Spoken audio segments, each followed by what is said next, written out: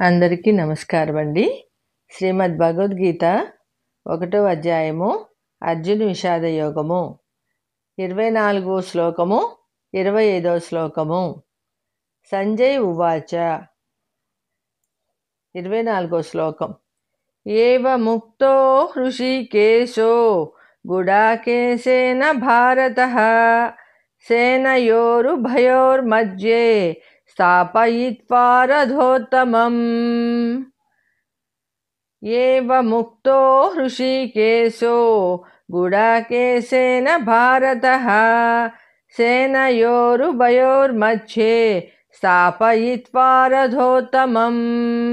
25వ శ్లోకం. భీష్మద్రోణ ప్రముఖతః సర్వేషాం చ బహిక్షితాం ఉవాచ పార్థ పశ్యైతాన్ సమవేతాన్ కురునితిః. 25. భీష్మద్రోణ ప్రముఖతః సర్వేషాం చ మహీక్షితాం ఉవాచ పార్థ పశ్చైతాన్ సమవేతాన్ కురునితిః. అర్జునుడు రథం అధిరోహించినవాడు, కృష్ణుడు సారథి అంటే డ్రైవర్. అర్జునుడు చెప్పగానే బుద్ధిగా రథాన్ని ఇరు సైన్యముల మధ్య నిలిపాడు శ్రీకృష్ణుడు. అక్కడి నుండి కౌరవ సేనలు, కౌరవ సైన్యంలో ఉన్న ప్రముఖులు అనగా భీష్ముడు, ద్రోణుడు, కృపాచార్యుడు, అశ్వత్థామ అందరూ చక్కగా కనపడుతున్నారు.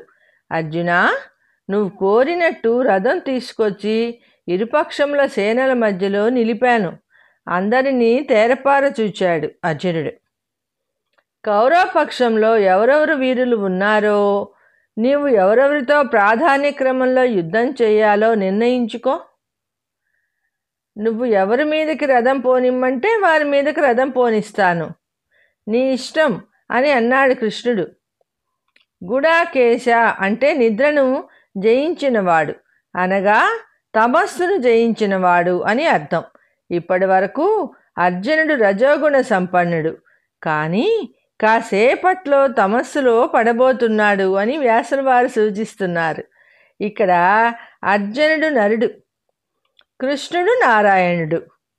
అర్జునుడిలో కూడా పరమాత్మ ఆత్మస్వరూపుడుగా ఉన్నాడు, కానీ ఆ విషయం ఆయనకి తెలియదు. కృష్ణుడికి తాను పరమాత్మ అంశ అని తెలుసు. ఇదే వారిద్దరి మధ్య భేదం. మనం కూడా ఇంతే.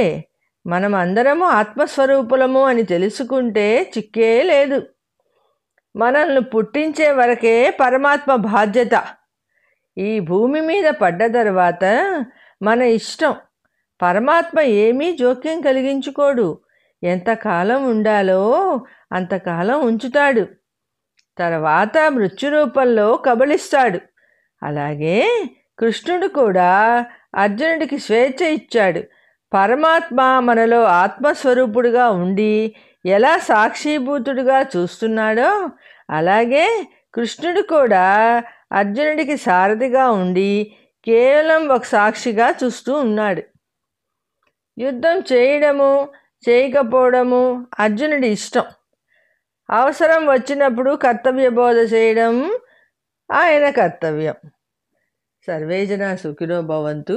జై శ్రీమన్నారాయణ అండి. మరొక శ్లోకంతో మళ్ళీ కలుసుకుందాము.